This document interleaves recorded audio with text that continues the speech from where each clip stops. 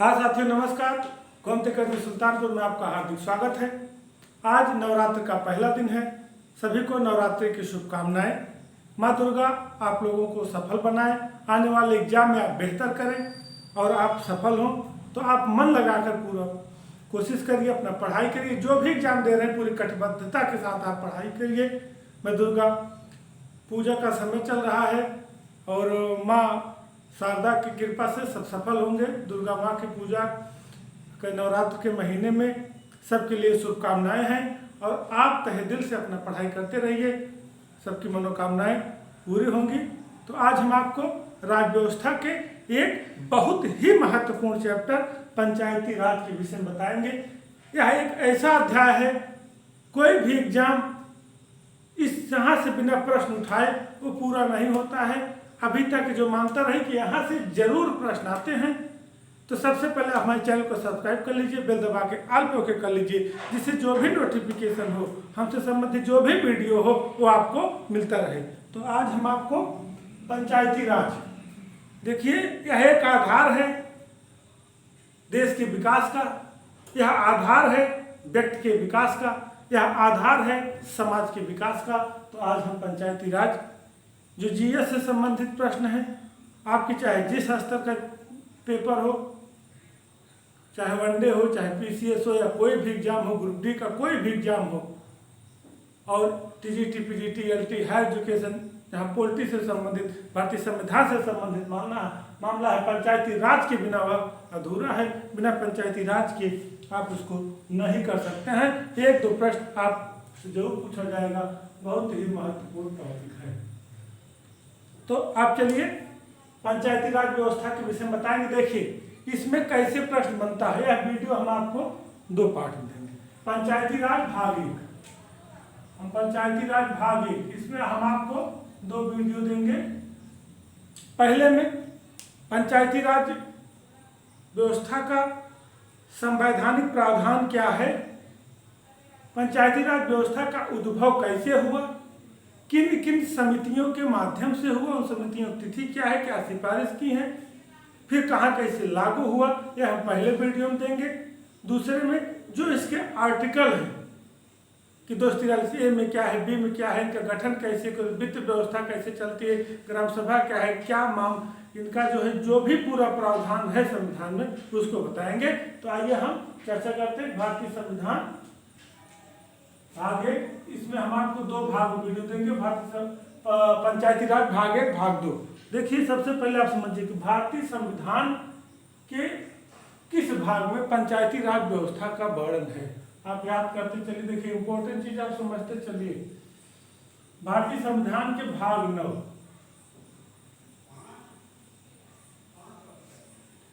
भारतीय संविधान के भाग 9 में पंचायत राज व्यवस्था का उल्लेख है।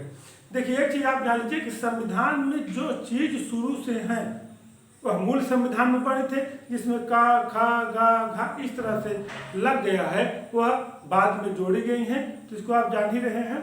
तो भारतीय संविधान भाग 9 में पंचायत राज व्यवस्था का उल्लेख है, इसको आप एकदम समझ लीजिए। इसके बाद हम 9 का जो 74वें संविधान संशोधन द्वारा जो लगा नगर पालिका, 9 का सहकारी समितियां, इसकी भी चर्चा करेंगे।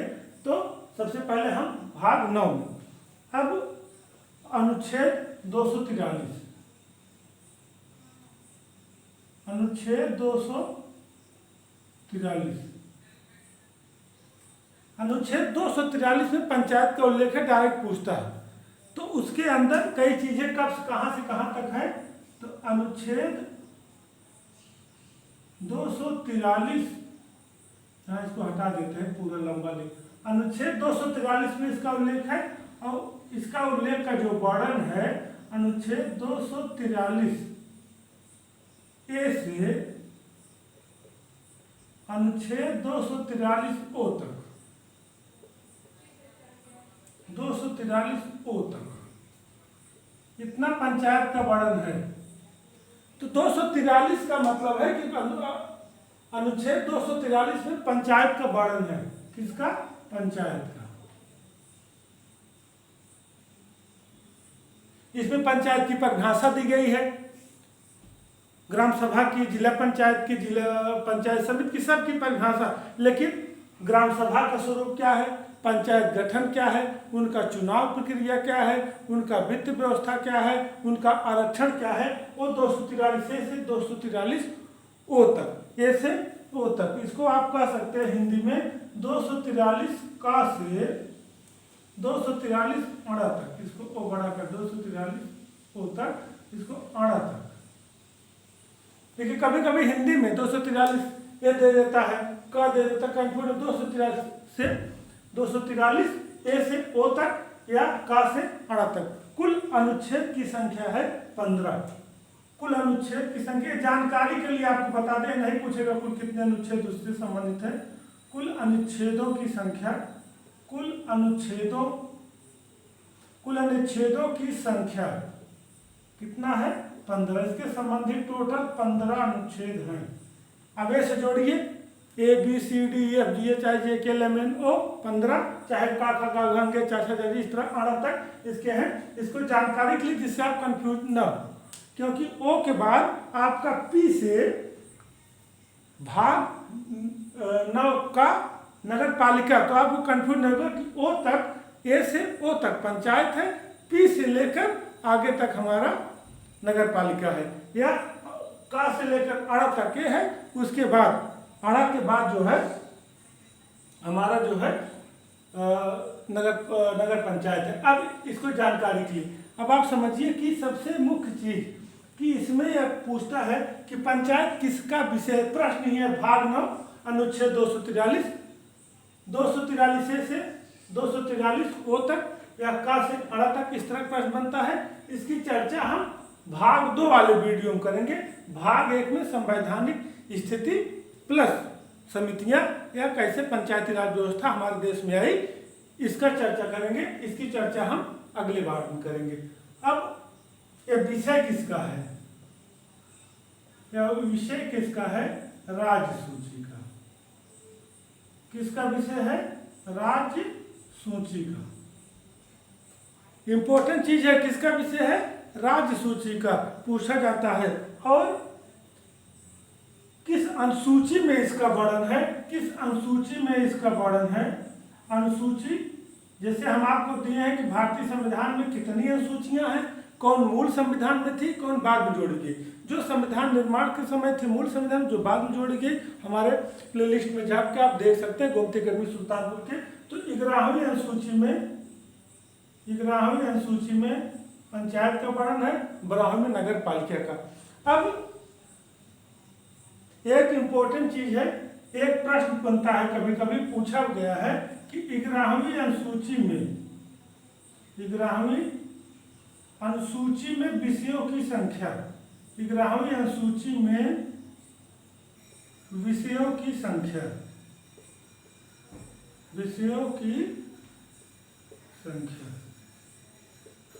11वीं अनुसूची में विषयों की संख्या। अगर इस तरह प्रश्न बनता है तो आप लिखिएगा 29। 11वीं अनुसूची में विषयों की संख्या 29 है। यह पूछा जाता है कि पंचायत राज से संबंधित कितने विषय हैं, तब भी आप 29 लगाए, क्योंकि 11वीं अनुसूची में पंचायत राज का वर्णन है। 11वीं अनुसूची में या पंचायती राज से संबंधित विषयों की संख्या 29 है। अब आप इससे संबंधित समझिए कि संवैधानिक मान्यता, बड़ा चीज कि इसको संवैधानिक मान्यता कब मिली। संवैधानिक मान्यता कब मिली। देखिए 243 पंचायतों संबंधित था, लेकिन इसको संवैधानिक भाग 9 पंचायत से संबंधित था। नगर पालिका शाखाई समितियां नहीं थी, तो उसको संशोधन करके नौका जोड़ा गया। 243 मूल संविधान में पंचायत से संबंधित था, लेकिन इसका संवैधानिक प्रावधान नहीं था, तो ही संशोधन करके 243 से 243 वो तक जोड़ा गया।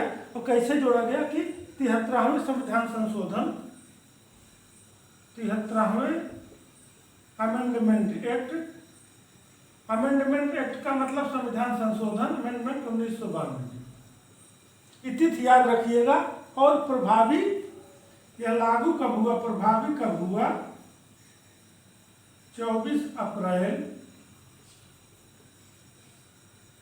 1993, 24 अप्रैल 1993 से। अब आप समझिए, प्रश्न बनता है कि किस संविधान संशोधन अधिनियम द्वारा पंचायत को संवैधानिक मान्यता मिली, तो आप 1992।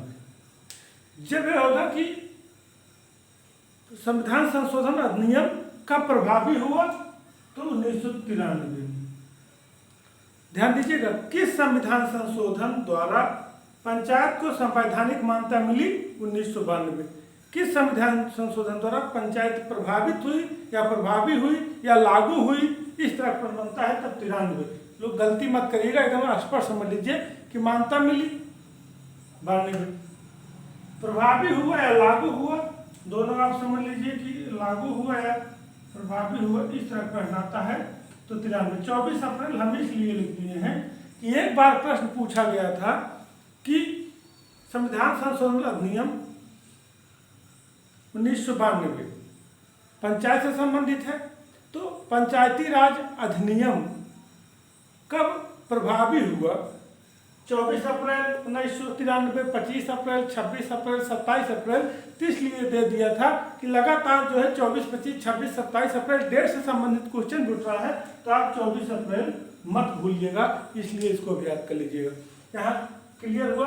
अब आप समझ रहे हैं कि जो चीज़ें हम बार बार बता रहे हैं, जो चीज़ें मूल संविधान में थी, वह मूल संविधान में जो बाद में जोड़ा गया उसको जोड़ा गया है। तो पंचायतें 243 थी, लेकिन उस संवैधानिक रूप से उससे संबंधित प्रावधान नहीं थे। 73वें संविधान संशोधन एक्ट 1992 जो प्रभावी हुआ 24 अप्रैल 1993 को, 243A से 243 तक इसको संवैधानिक रूप से एक ढांचा तैयार किया गया, उससे संबंधित बातें हुई। अब पंचायत राज, इससे एक चीज और है, नीति निर्देशक तत्व में पंचायत से संबंधित कौन सा अनुच्छेद है, ये भी पूछता है कि नीति निर्देशक तत्व में, नीति निर्देशक तत्व में पंचायत से संबंधित कौन सा अनुच्छेद है, संबंधित कौन सा अनुच्छेद है। अगर इस तरह का आता है तो आप लिखिएगा आंसर अनुच्छेद 40। आर्टिकल 40 पंचायत में नीति निर्देशक तत्व संबंधित पंचायत का उल्लेख है। देखिए, नीति निर्देशक तत्व मूल अधिकार में क्या अंतर है, इसको आप समझ लीजिए। अब नीति निर्देशक तत्व का मतलब था जब संविधान लागू हो रहा था, जो चीज उस टाइम संविधान के द्वारा नहीं लागू हो पाई, उसको एक आदर्श मान के नीति निर्देशक तत्व में समाहित कर दिया गया कि आने वाले समय में जब हमारे देश की स्थिति मजबूत होगी तो हम इसको अपने संविधान में एक प्रावधान के रूप में वर्णित करेंगे। तो मुख्य रूप से जो है नीति निर्देशक तत्व उन पहलुओं को समेटे हुआ है, या जैसे समझ लीजिए, जैसे हम कोई काम करना चाहते हैं, अभी हमारी आर्थिक स्थिति, मानसिक स्थिति या कुछ चीज़ें हमको कमज़ोर कर रही है कि हम नहीं कर सकते हैं, तो हमें सोचते हैं कि इसको पेंडिंग रखते हैं, आने वाले समय में कर लेंगे, हम अपना कार्य करते जाते हैं, जैसे वह समय आता है कर लेते हैं। सेम वही उसी तरह जब भारतीय संविधान लागू हुआ, और कुछ और विसंगतियाँ भी थी। नेहरू चाह रहे थे लग जाए, गांधी और अंबेडकर की आपसी विचारधारा का भी मतभेद था, उसकी चर्चा हम करेंगे। जब नहीं लागू कर पाए पंचायती व्यवस्था, तो उसको नीति निर्देशक तत्व आर्टिकल 40 में इसको समाहित कर दिए कि आने वाले समय में लगाएंगे। तो 73वें संविधान संशोधन 1992 जो लागू हुआ 24 अप्रैल 1993 को, उसमें जो है इसको संवैधानिक मान्यता 243A से 243 तक इसको समाहित किया गया, और उसके बाद हमारा पंचायती राज पूर्णतः संवैधानिक हो गया और सुचारू रूप से चलने लगा। अब समझिए कुछ चीजें, आप इसको एक बार समझ लीजिए, नोट भी कर लीजिए, आप पूरा समझ लीजिए कि इससे संबंधित प्रश्न नहीं छूट जाते हैं। भाग 9 243 से 243 तक इन अनुच्छेदों क्या है, इसकी चर्चा अगले वीडियो में करेंगे। कुल अनुच्छेदों की संख्या 15 जानकारी के लिए है। जिससे आपको वो के बाद क्लियर हो जाए कब नगर पालिका चालू हो गया है। ये विषय है राजसूची का। 11वीं अनुसूची में पंचायती राज का वर्णन है। 11वीं अनुसूची में विषयों की संख्या 29 है। यह 73वें संविधान संशोधन एक्ट 1992 द्वारा 24 अप्रैल को लागू हुआ है। नीति निर्देशक तत्व में पंचायत से संबंधित प्रावधान अनुच्छेद 40 है। अब कुछ चीज आप ऐसे समझ लीजिए कि स्थानीय स्वशासन क्या है। पंचायत का मतलब है कि एक सबसे छोटी कड़ी, एक व्यवस्था। जैसे ये पूरा हमारा देश हो गया, ये हमारा पूरा क्या हो गया, इंडिया देश हो गया। अब इसके अंदर छोटे छोटे छोटे छोटे स्टेट हो गए, इसके अंदर छोटे छोटे स्टेट हो गए। अब आप समझिए कि ये स्टेट हो गए छोटे छोटे। अब इसके अंदर जिले हो गए छोटे छोटे, ये आपके डिस्ट्रिक्ट हो गए। अब डिस्ट्रिक्ट के अंदर छोटे छोटे तहसील हो गए, ये आपके तहसील हो गए, तहसील हो गई। अब तहसील के अंदर ब्लॉक आ गया, इसके अंदर ब्लॉक आ गया।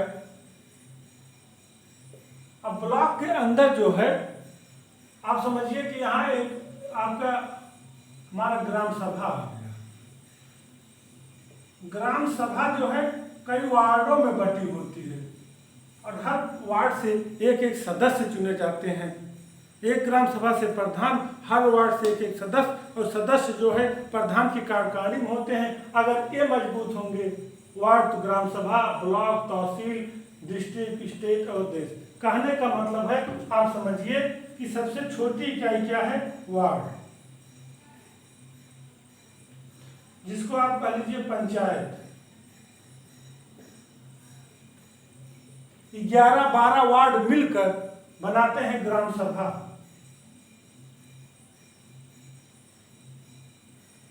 आप ग्राम से बिलोंग करते हैं, हर चीज जान रहे हैं कि वार्ड छोटे छोटे वार्ड, 200-250 मतदाता, 100 के लगभग मतदाता वार्ड, यही पंचायत। जहाँ का पहले कहते ना पंचायत होगी तो उसी मोहल्ले के लोग जो है पंचायत करते थे। ये वार्ड हो गया, कई वार्ड मिलके वार्ड मेंबर चुने जाते, इस वार्ड से फला, इस वार्ड से फला, इस वार्ड से फला।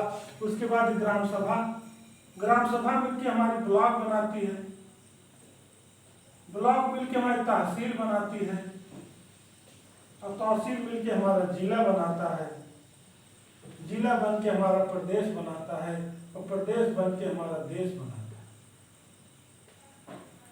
यहाँ पीएम बैठता है, यहाँ सीएम बैठता है, यहाँ जिला के जो जिला समिति होती है वो बैठते हैं, तहसील स्तर से अधिकारी, ब्लॉक प्रमुख हो जाता है, ग्राम सभा प्रधान हो जाता है, पंचायत सदस्य हो जाते हैं। तो एक लंबा चैनल है। तो इसलिए इनको मजबूती प्रदान करने के लिए, स्थानीय स्वशासन के विकास के लिए, सीधे सीधे स्थानीय स्वशासन एक शब्द याद कर लीजिए, ये सब परीक्षा में आपको मिलता रहेगा कि स्थानीय स्वशासन के विकास के लिए, स्थानीय स्वशासन हो, इसके विकास के लिए लोकतांत्रिक विकेंद्रीकरण शब्द आया कि लोकतांत्रिक विकेंद्रीकरण, लोकतांत्रिक विकेंद्रीकरण।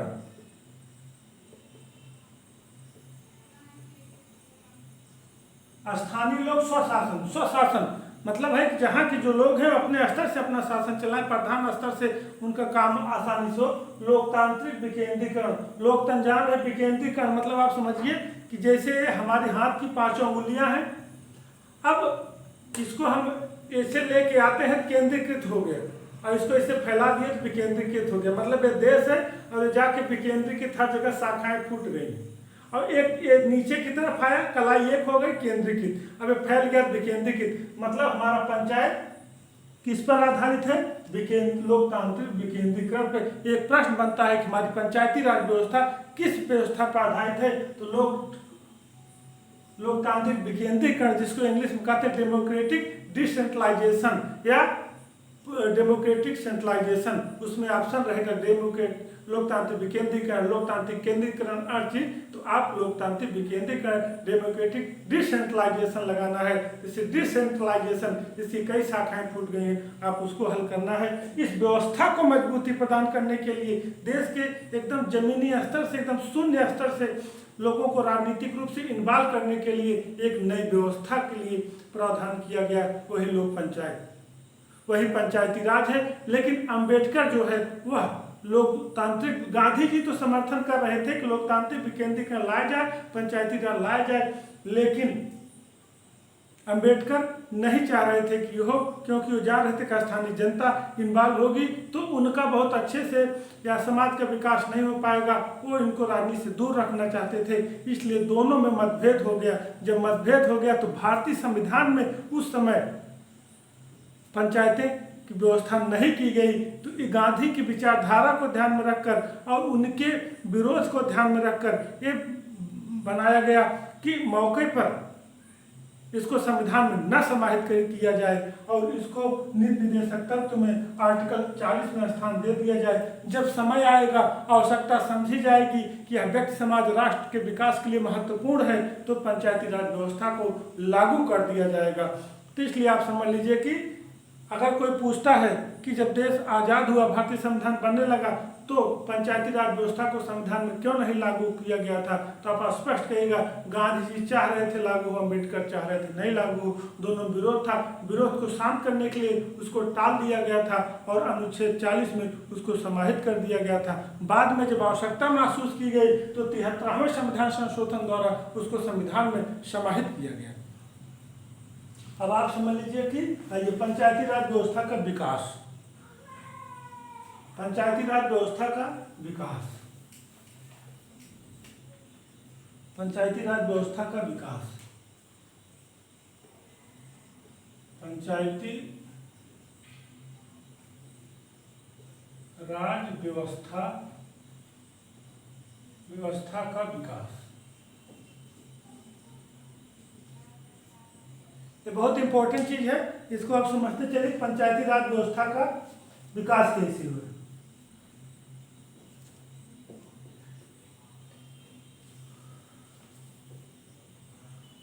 देखिए, पंचायती राज व्यवस्था का विकास समझिए कि पंचायती राज व्यवस्था कोई नई व्यवस्था नहीं है। पंचायती राज व्यवस्था कोई नई व्यवस्था नहीं है। नई व्यवस्था का क्या मतलब है कि पंचायती राज व्यवस्था नई व्यवस्था नहीं है। प्राचीन समय से पंचायतों का अस्तित्व रहा है। ब्रिटिश काल में भी पंचायतों का अस्तित्व, ब्रिटिश काल में भी पंचायतों का अस्तित्व रहा है। तो पंचायती राज व्यवस्था के विषय में कोई कहा जाए कि यह जो है 1993 से ही लागू हुआ है, संविधान समय संविधान लाई, ऐसा कुछ नहीं है। यह बहुत पुरानी व्यवस्था है और कहने का मतलब है ब्रिटिश राज व्यवस्था यह प्राचीन समय भी थी, ब्रिटिश काल में भी इसके लिए भी प्रयास किए गए थे और स्वतंत्रता के बाद हम उसके इतिहास में बहुत नहीं जा रहे हैं, हम अपने टॉपिक के समझते हुए आगे बढ़ रहे हैं कि प्राचीन समय में थी, ब्रिटिश काल में थी, लेकिन जब भारत आज़ाद हुआ तो सामुदायिक विकास मंत्रालय, पंचायती राज का सामुदायिक विकास मंत्रालय की स्थापना की गई और उससे संबंध कई समितियों की स्थापना की गई। तो कहने का मतलब है कि पंचायती राज व्यवस्था का अगर हम विकास देखते हैं तो अब इसमें एक चीज आती है कि यह व्यवस्था नई नहीं है, प्राचीन समय में थी, ब्रिटिश काल में भी इस पर जोर दिया गया और जब देश आज़ाद हुआ तो पंचायती राज का सामुदायिक विकास मंत्रालय क्या बना कि सामुदायिक विकास मंत्रालय, सामुदायिक विकास मंत्रालय बना।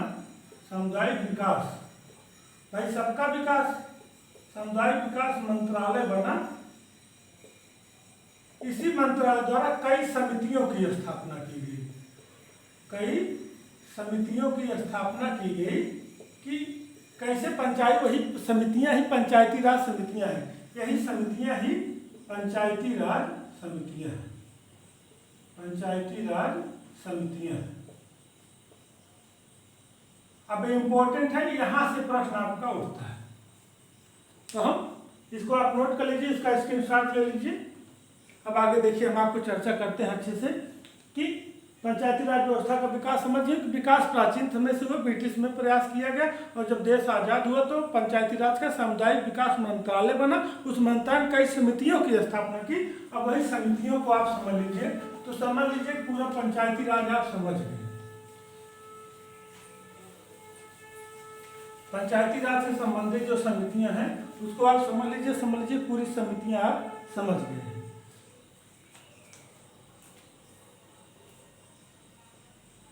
पंचायत से संबंधित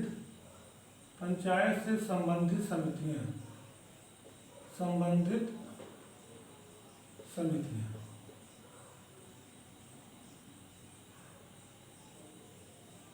ये देखिए बहुत जबरदस्त और इम्पोर्टेंट है, बहुत ही जबरदस्त और इम्पोर्टेंट है। यहाँ से संबंधित प्रश्न बराबर बनते हैं, इसको एकदम कंठस्थ होकर आप समझ लीजिए।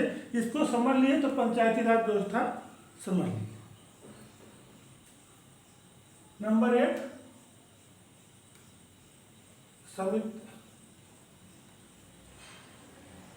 समिति क्या नाम, समिति प्लस स्थापना वर्ष,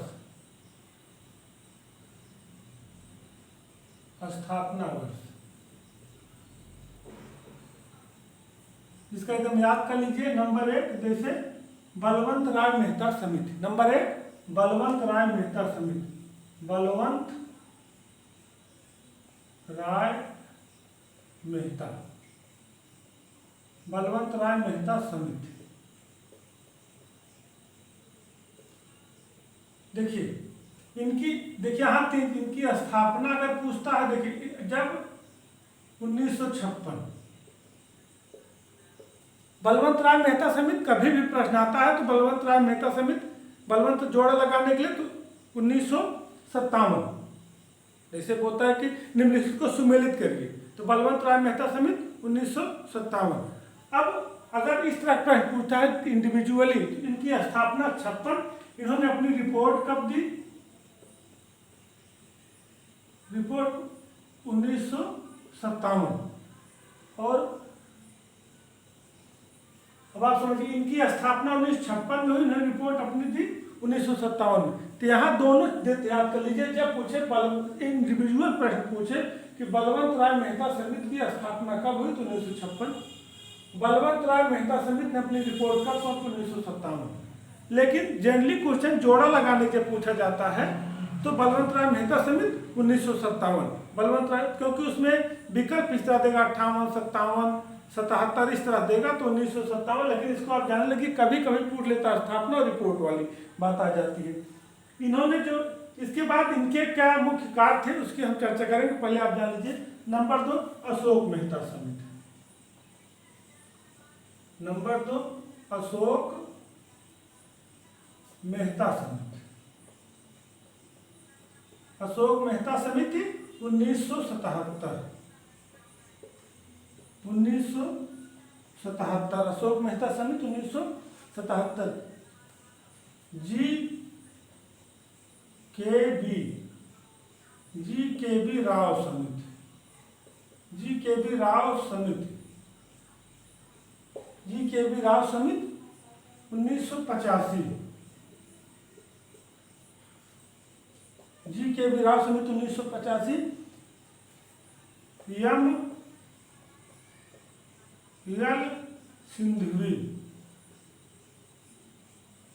एल सिंधवी समिति 1986, एल सिंधवी 86। पी के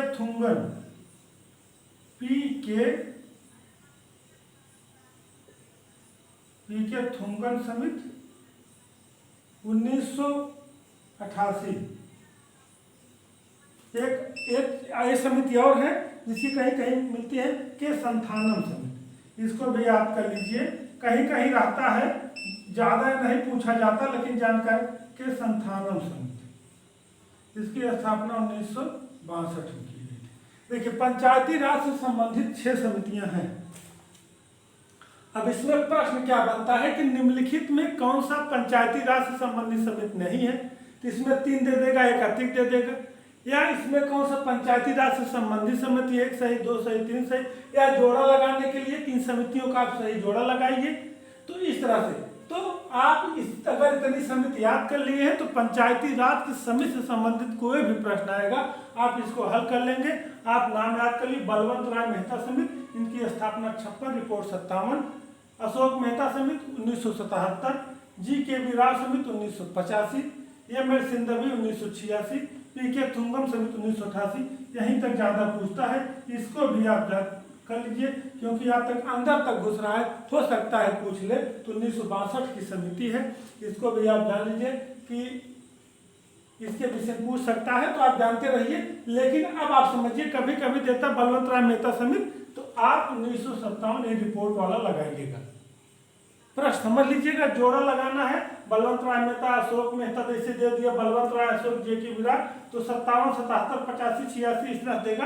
लेकिन 56 जानते रहिए, एक बार पूछ लिया कि स्थापना कब हुई थी, तो 56 लगाएगा। 56, 57 दोनों विकल्प रहेगा तो स्थापना 56 में, रिपोर्ट रहेगा तो 57 में। इस तरह से आप समझिए।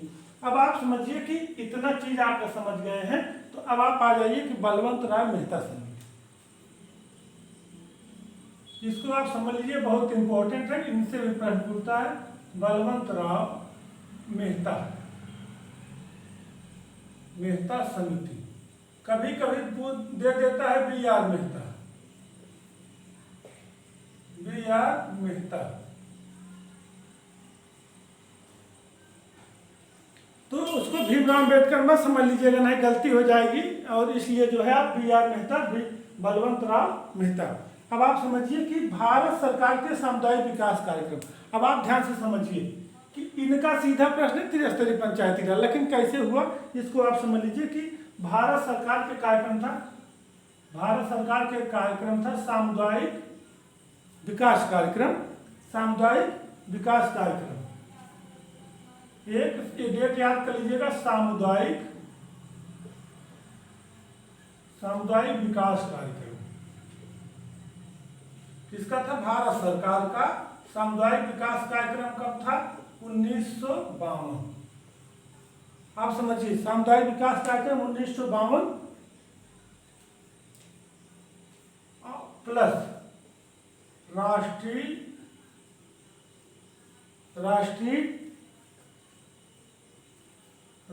विस्तार सेवा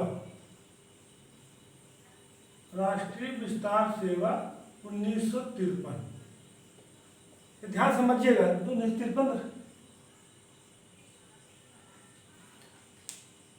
बलवंत राय मेहता समिति, इनका कितना है? 1957। सामुदायिक विकास कार्यक्रम 1952 प्लस राष्ट्रीय विस्तार योजना 1953 द्वारा जो कार्य किए गए थे, उनके कार्यों की जांच। ध्यान दीजिए कि भारत सरकार के सामुदायिक विकास कार्यक्रम 1952 द्वारा चलाया गया, राष्ट्रीय विस्तार सेवा योजना 1953 द्वारा स्थापना की गई। इन दोनों के द्वारा जो कार्य किए गए थे उसकी जांच के लिए, उसको और पारदर्शी बनाने के लिए, लोगों को और अधिक सुविधाएं मुहैया कराने के लिए उन्होंने भारत सरकार के द्वारा बलवंत राय मेहता समिति का गठन किया गया। इन दोनों के कार्य की जांच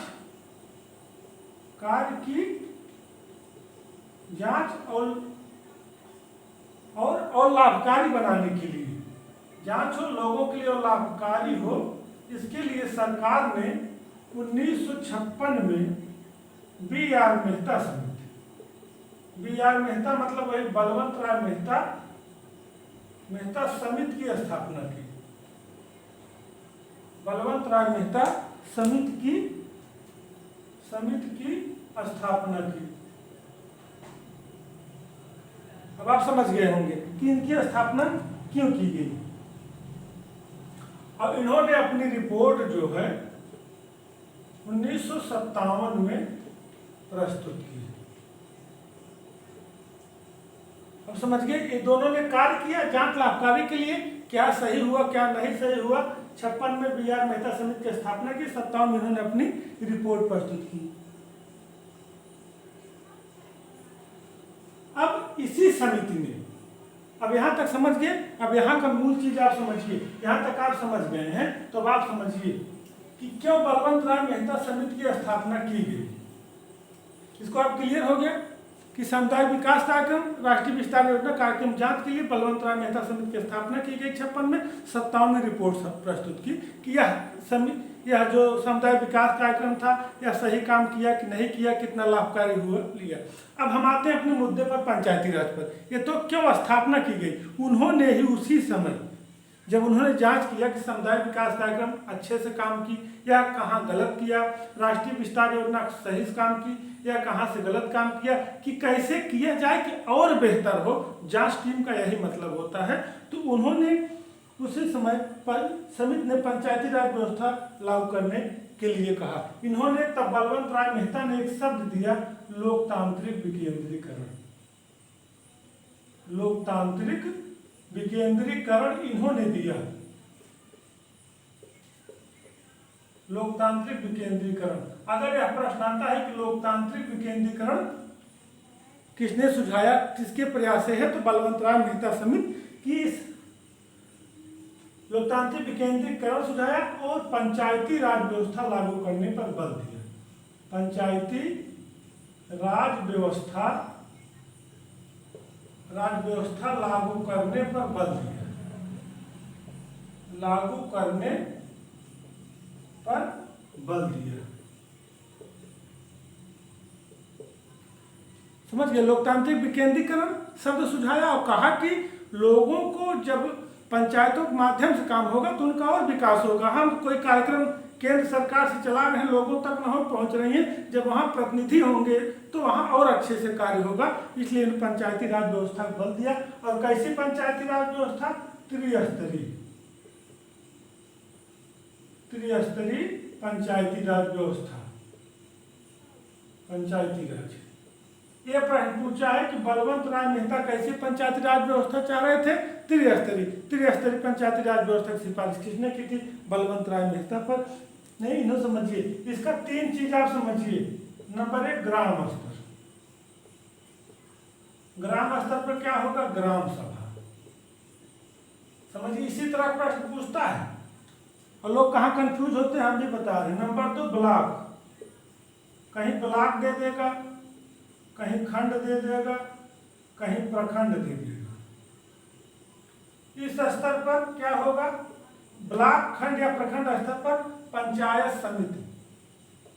इसको क्या कहते हैं, पंचायत समिति। ध्यान दीजिएगा, पंचायत समिति। और तीसरा जो है वह जिला स्तर पर, जिला स्तर पर इसको कहते हैं कि जिला परिषद।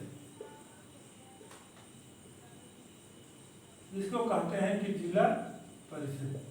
अब प्रश्न पूछता है कि लोकतांत्रिक विकेंद्रीकरण, बलवंत राय मेहता त्रिस्तरीय पंचायती राज व्यवस्था की सिफारिश किसने की, बलवंत राय मेहता। ग्राम स्तर पर क्या होता है, ग्राम सभा। ब्लॉक स्तर पर खंड या प्रखंड पंचायत समिति, जिला स्तर पर जिला परिषद। तो लोग ग्राम स्तर पर ग्राम सभा मार देते हैं, जिला स्तर पर जिला परिषद मार देते हैं, लेकिन खंड स्तर पर पंचायत समिति गलत कर देते हैं, उसमें खंड समिति दे देगा, कुछ और दे देगा। इसको आप पंचायत समिति ही ध्यान रखिए कि खंड स्तर पर पंचायत समिति होता है और उसको याद रखिए। विकल्प भी फंसाएगा लेकिन आपको उत्तर पंचायत समिति लगाना है। अब इसका जो है, अब इस स्तर से जो ग्राम स्तर पर चुनाव होता है यह प्रत्यक्ष रूप से होता है। कभी कभी यह प्रश्न पूछा जाता है कि जो चुनाव ग्राम स्तर पर होता है वह कैसा होता है, प्रत्यक्ष।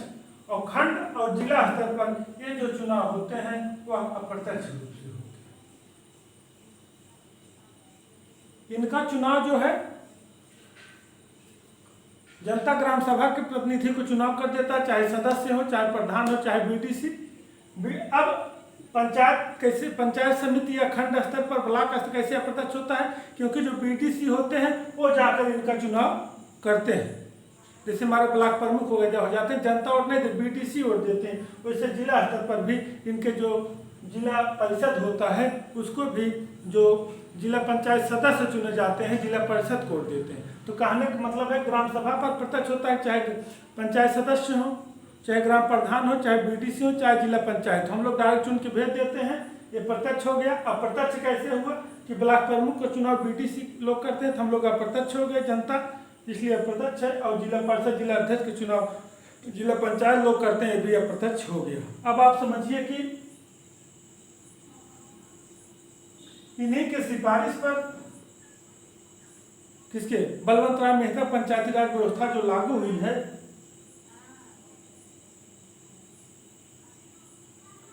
कि 1958 में 56 गठन 57 में रिपोर्ट दी, सिफारिश की 58 में राष्ट्रीय विकास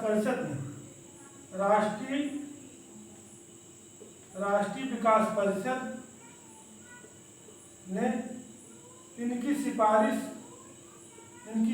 स्वीकार कर ली,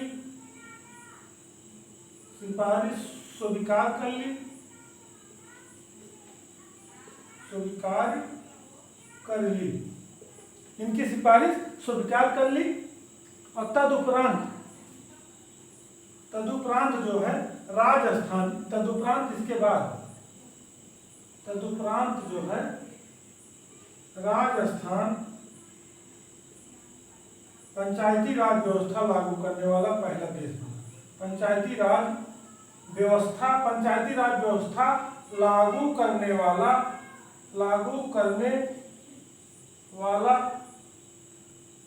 पहला देश बना। ये प्रश्न पूछता है कि पंचायती राज व्यवस्था सबसे पहले कब लागू की गई थी, तो राजस्थान में।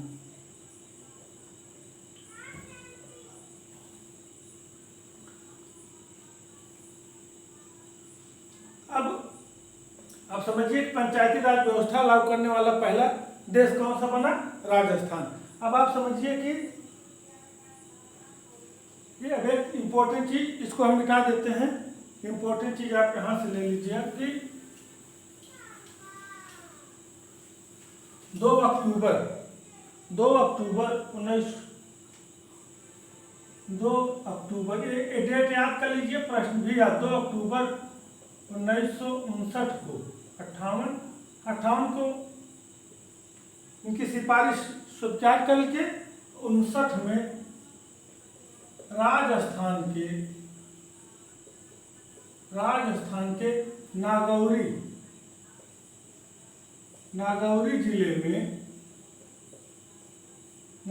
जिले में तत्कालीन पीएम पंडित नेहरू द्वारा पंडित जवाहरलाल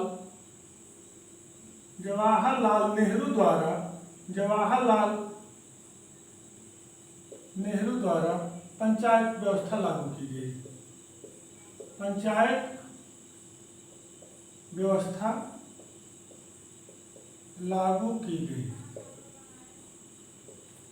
अब आप समझ लीजिए कि एकदम आपको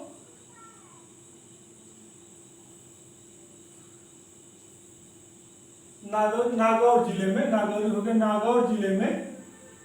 पंडित जवाहरलाल नेहरू द्वारा पंचायती राज व्यवस्था लागू की गई। तो बलवंत राय मेहता समिति की स्थापना 56 रिपोर्ट 57 58 में इनकी सिफारिश स्वीकार की गई। 59 में पंचायती राज व्यवस्था लागू की गई। अब यहाँ प्रश्न बनता है कब लागू की गई, 1959 को। अगर डेट दे दिया है तो 2 अक्टूबर 1959 को। ये भी होता है कि कहाँ लागू की गई, राजस्थान में, किस जिले में, नागौर जिले में। एक प्रश्न और बनता है कि जब पंचायती राज व्यवस्था राजस्थान में लागू की गई उस समय प्रधानमंत्री कौन थे, तो आप पंडित जवाहरलाल नेहरू। हमने इस लाइन में सारे प्रश्न आपको समाहित कर दिए। अब राजस्थान पहला राज्य हो गया जो पंचायती राज व्यवस्था लागू किया। एक बार पर पूछा गया था कि जब पंचायती राज व्यवस्था राजस्थान में लागू की गई, भारत के प्रधानमंत्री कौन थे, पंडित जवाहरलाल नेहरू। अब आप समझिए कि कभी कभी आजकल ट्रेंड बदल रहा है, पूछता है कि दूसरा कौन सा राज्य है जहां पर पंचायती राज व्यवस्था लागू की गई, तो दूसरा पूछ लिया तो आप राजस्थान तो नहीं लगाएंगे, क्योंकि आप जान रहे हैं पहला है तो आप कंफ्यूज होंगे। दूसरा आप लगाएंगे आंध्र प्रदेश दूसरा प्रदेश है जहां पंचायती राज व्यवस्था लागू की गई थी। तो ये रहा आपका जो है पंचायती राज व्यवस्था में बलवंत राय मेहता समिति की सिफारिश कि सामुदायिक विकास कार्यक्रम की जांच राष्ट्रीय विस्तार एवं नवजात के लिए इसका गठन किया गया। गठन करने के बाद इन्होंने कहा कि लोकतांत्रिक व्यवस्था हो या पंचायत व्यवस्था हो तो और अच्छे से कार्य करेगा, तो इन्होंने त्रिस्तरीय पंचायती राज का सुझाव दिया। ग्राम स्तर, ब्लॉक स्तर, जिला स्तर, ग्राम सभा, पंचायत समिति, जिला परिषद, ग्राम सभा का प्रत्यक्ष रूप से इन दोनों का अप्रत्यक्ष रूप चुनाव होता है। इन्होंने 58 मिनट की सिफारिश हमारी एनडीसी ने नेशनल डेवलपमेंट द्वारा, राष्ट्रीय विकास द्वारा, नेशनल विकास परिषद द्वारा, एनडीसी होता है नेशनल डेवलपमेंट काउंसिल के द्वारा स्वीकार कर ली गई और इनकी सिफारिश 12 राजस्थान व्यवस्था लागू की गई। कब लागू की गई? 2 अक्टूबर 1959 को राजस्थान के नागौर जिले में पंडित जवाहरलाल नेहरू के कार्यकाल में लागू की गई और दूसरा राज्य हमारा आंध्र प्रदेश बना। एक चीज और पढ़ लेते हैं थोड़ा सा और कि अशोक मेहता समिति कभी कभी पूछ लेता है इनके विषय में भी। अशोक मेहता समिति, अशोक मेहता समिति की जब गठन किया गया था 1977, तो इन्होंने भी कि पंचायती राज को और अधिक सशक्त बनाने के चक्कर में, पंचायती राज की आधारशिला को और मजबूत करने के चक्कर में 1900 जब बलवंत राय मेहता समिति के हिसाब से सब काम हो गया, तो पंचायती राज व्यवस्था को और मजबूती प्रदान करने के लिए और सशक्त प्रदान करने के लिए अशोक मेहता समिति 1977 में गठित कर दी गई। इन्होंने 2 स्तरीय पंचायती राज का सुझाव दिया। 2 स्तरीय पंचायती राज का सुझाव दिया। अब अगर प्रश्न पूछता है कि 2 स्तरीय पंचायती राज का सुझाव किसने दिया है, तो अशोक मेहता ने। ये 2 स्तर कौन कौन से थे? इन्होंने जिला स्तर और मंडल स्तर पर काम किया था। इन्होंने जिला स्तर और मंडल स्तर, इन्होंने जो है जिला स्तर पर और मंडल स्तर पर, जिला स्तर पर आपका जिला परिषद और मंडल स्तर पर आपका मंडल पंचायत, मंडल पंचायत। इन्होंने कहा कि त्रिस्तरीय व्यवस्था में सुधार करते हुए इन्होंने 2 स्तरीय पंचायती राज, इन्होंने ग्राम स्तर और ब्लॉक स्तर को छोड़कर जिला स्तर की जिला परिषद और मंडल स्तर पर मंडल पंचायत का सुझाव दिया था, लेकिन यह लागू नहीं हुआ। नोट में आप नोट कर लिए कि इनकी सिफारिश जो है लागू नहीं हुई, यही फेल हो गई, जिसकी आगे जाने की जरूरत नहीं है, न पूछता भी है, क्योंकि जब लागू ही नहीं हुई तो कोई मतलब नहीं रहा। ते रहा पंचायती राज व्यवस्था की बेसिक चीजें। अब इसके बाद अगले वीडियो में हम 243 आर्टिकल ए से ओ तक, इनकी ग्राम सभा क्या है, गठन क्या है, महिला आरक्षण क्या है, ओबीसी क्या है, एसटी क्या है, इनका चुनाव विधि क्या है, कार्य करने का तरीका क्या है, वित्त योजना क्या है, इनकी चुनाव कौन कराता है, इसकी चर्चा अगले वीडियो में देंगे। इसमें नहीं दे रहे, बहुत लंबा हो जाएगा, बहुत लेंथी हो जाएगा। तो हम आपको क्या चर्चा किए कि पंचायत राज से संबंधित आर्टिकल क्या क्या है, भाग क्या है, विषय क्या है, अनुसूची क्या है, या उससे संबंधित महत्वपूर्ण अनुच्छेद क्या है, अनुच्छेदों की व्याख्या अगले वीडियो में ले जाएंगे। फिर पंचायती राज व्यवस्था क्यों आई, क्यों लाया गया, फिर विभिन्न समितियां, उनके स्थापना तिथि, फिर बलवंत राय मेहता समिति क्यों आई और उसकी सिफारिश से कैसे लागू हुआ, अशोक मेहता समिति की क्या सिफारिश रही। तो इसके बाद का हम आपको अगले वीडियो में देंगे। तो आपकी शुभकामनाएं। जय हिंद, जय भारत।